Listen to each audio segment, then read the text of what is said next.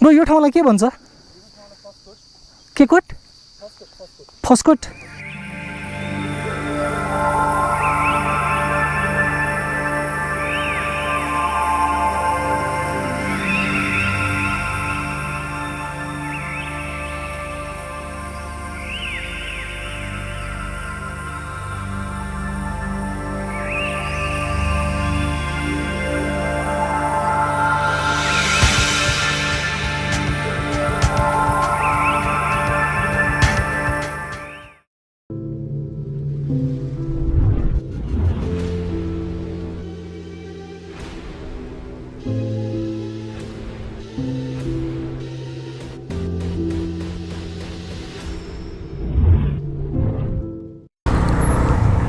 Hello and namaste everyone. Welcome back to Yatri channel.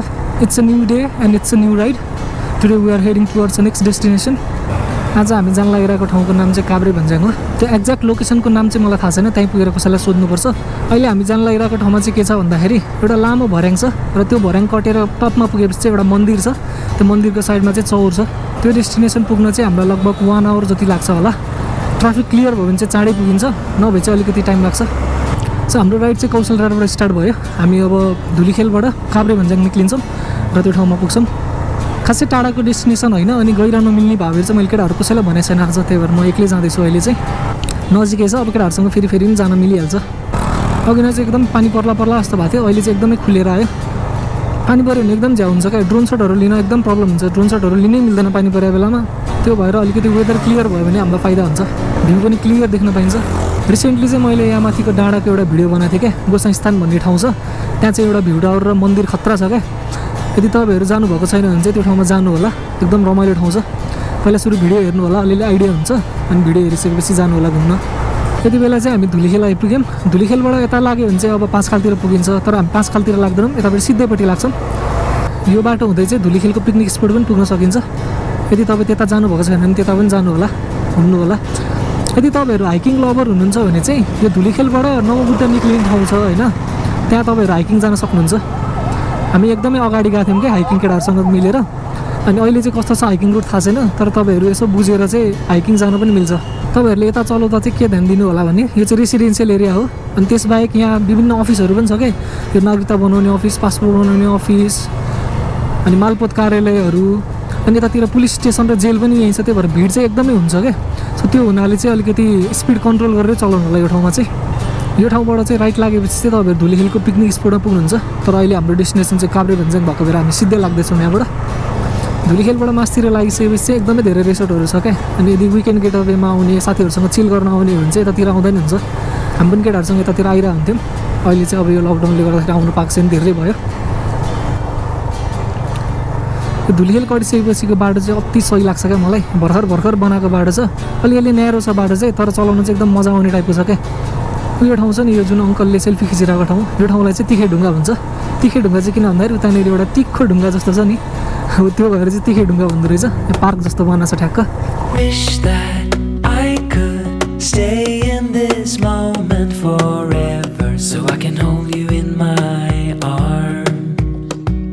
Carry you on my shoulders as long as I'm able. Scare the monsters under your bed. Deep and abiding, liking for you is all I need. Until my heart gives in, I will do everything I can.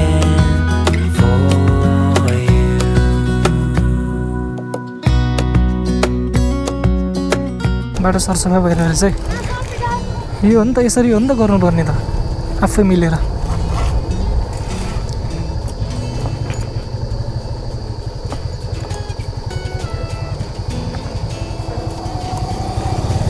So यो ठाउँको नाम चाहिँ हो काभ्रे भन्ज्याङ भनेको।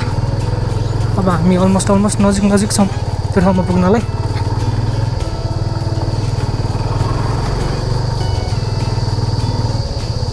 यतापट्टि यो काभ्रे भन्ज्याङ छिरिसकेपछि पनि यस्तो सही छ क्या बाटो, पुरै जङ्गलको बिचमा छ होइन, चलाउन मजा आउँछ क्या।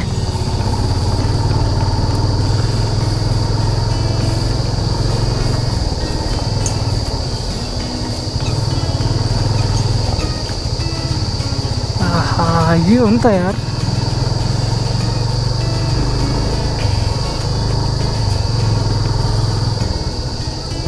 यो बाटो हुँदै तपाईँहरू नमोबुद्धसम्म पनि पुग्न सक्नुहुन्छ सिधै गयो भने। अनि यही बाटो हुँदै चाहिँ हामी उता बाहुबली झरना भनेर जुन अस्ति नै भाइरल भएको थियो नि, त्यो जाने पनि यतैतिरबाट नै हो। आजको हाम्रो डेस्टिनेसन चाहिँ त्यति टाढा छैन, लगभग अब हामी आइपुग्न लागिसक्यौँ। सो यदि तपाईँहरू नमोबुद्ध जानु भएको छैन भने होइन, बाहुबली झरनाहरू जानु भएको छैन भने जानुहुन्छ।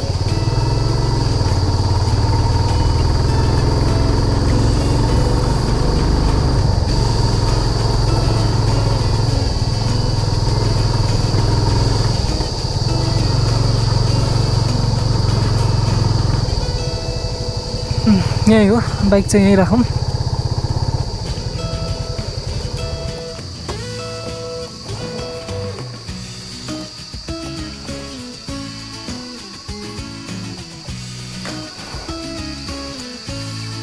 ठ्याक्कै यताबाट आएपछि चाहिँ यहाँ केही पनि छैन क्या, बोर्डहरू केही पनि छैन होइन।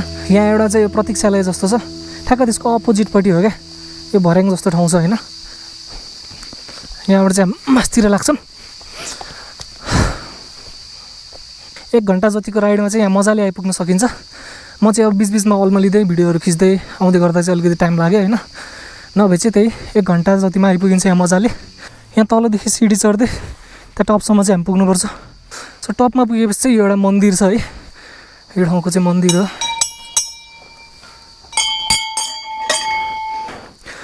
यतापट्टि चाहिँ एउटा चौर जस्तो छ जहाँ चाहिँ तपाईँहरू आएर बस्ने, चिल गर्ने, खाजासाजा खाने। सो यो प्लेस चाहिँ ड्राई पिकनिकको लागि चाहिँ एकदम ठिक्क हुन्छ कि।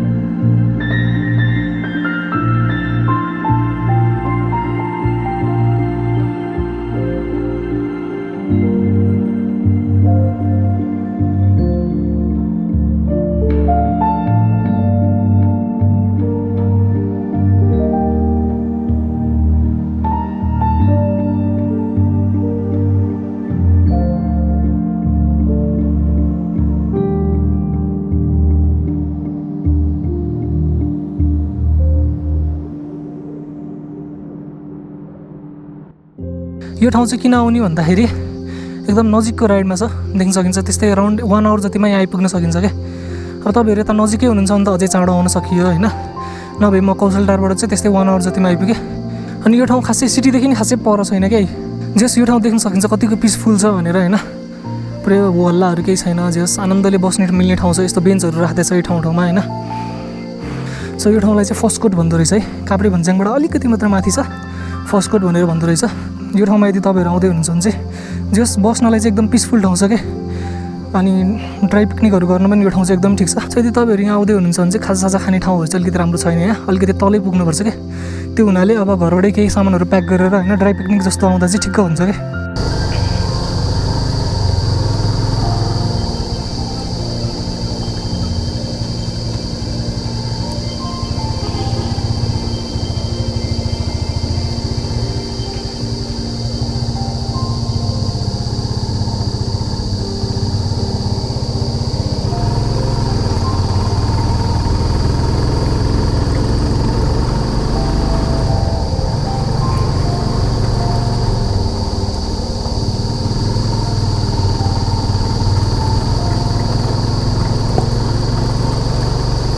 अघि हामी आएको बाटो चाहिँ त्यो सिधा बाटो हो क्या, तर अब चाहिँ हामी लेफ्टतिरबाट जान्छौँ।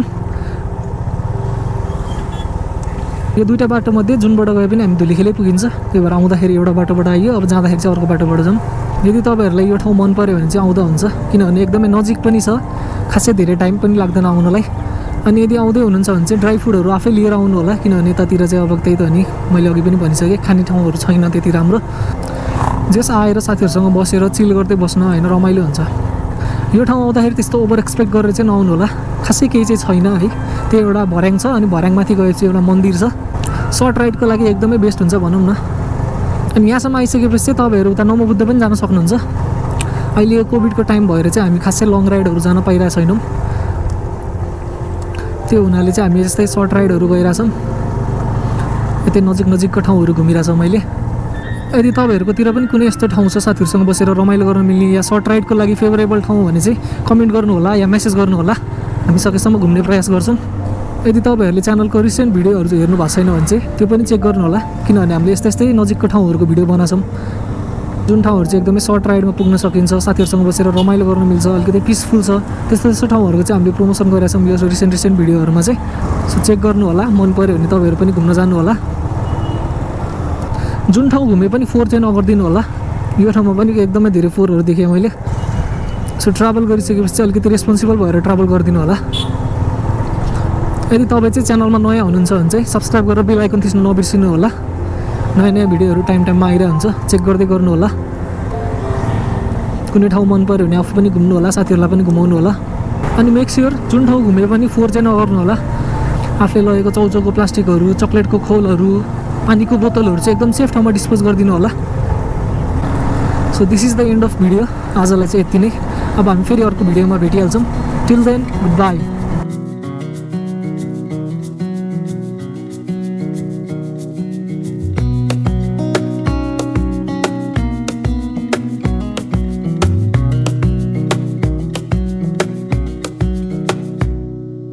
Wish that I could stay in this moment forever, so I can hold you in my arms. I will carry you on my shoulders as long as I'm able. Scare the monsters under your bed.